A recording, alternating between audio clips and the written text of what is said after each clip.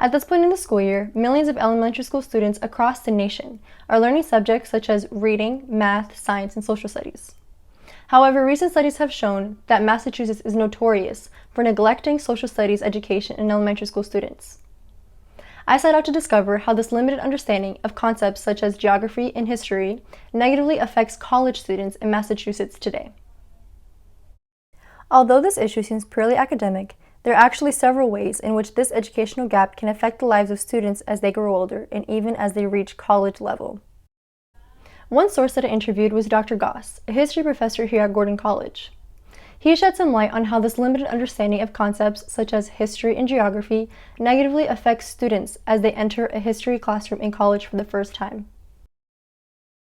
Perhaps one of the greatest, I would say, challenges that we face, and myself in teaching American history, is very often we find ourselves in a classroom with a sizable percentage of the students in the classroom not having any basic background.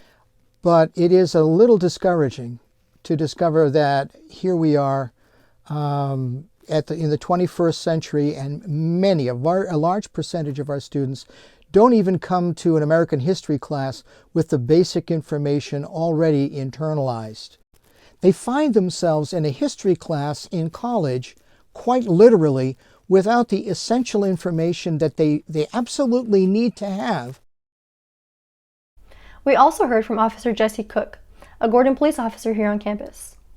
Along with academic distress, there are also physical dangers that can arise from this gap in social studies understanding. I think limited navigation skills affects a student emergency because whether or not it's like a fire or a police emergency or a medical emergency, you pair on top of it a lack of navigation skills or not knowing your surroundings or stuff like that, that can make the incident that much more stressful. Not knowing where you are, a lack of navigation skills, I think that can add to the difficulty in passing that on to a 911 dispatcher or a police officer or a firefighter who's coming to that emergency to assist.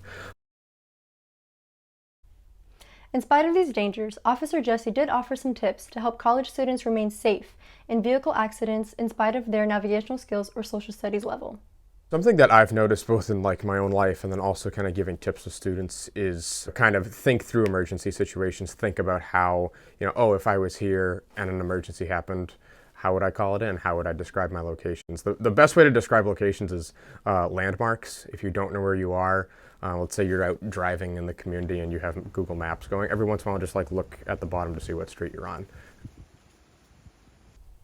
From Com 101 News, I'm Jennifer Souza.